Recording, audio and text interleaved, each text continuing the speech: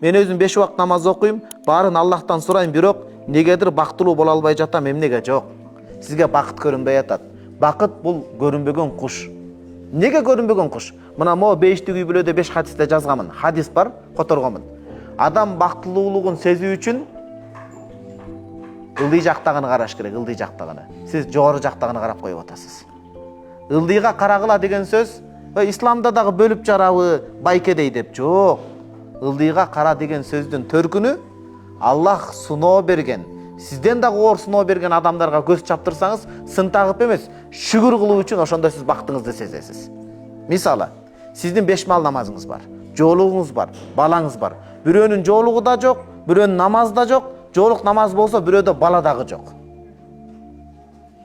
Мен ушундай адамдарды билем айылда. Күнүгө эртең менен үйүнөн өтүп баратканда ошо эненин ыйлаганы угулат эле. Менин балдарыма бала бер деп ыйлаганын. Ошол тагдырына жазылбаптыр. Ошол апа ыйлаган боюнча эле кайтыш болуп кетти. Баласы балалуу боло албады. Бул тагдырда жазылбаса ошондой экен да. Демек сиз бактылуулукту ошондой караганда кадимкиде өзүңүздү бактылуу сезесиз. Анан шайтан сизди азгырып атат, ошон үчүн бар бакытты баалап калыш керек. Бар бакытты баалап калыш керек. Бар нерсени бааласаңыз Кудай көбөйтүп берет. Ла ин шакартум, шүгүрдү көп айтыңыз. Бул шүгүрсүздүк болуп калат. Ким мага шүгүрдү көп айтса, шүгүр кылса, ла азинаннакум, көбөйтүп берем дейт.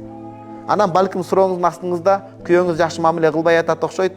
Сиз бактысыз боло албай атканыңызга. Эркектерге барсак, иншалла аларды төпөштөйбүз өтмө мааниде. Анан бактылуу эле болуп каласыз иншалла.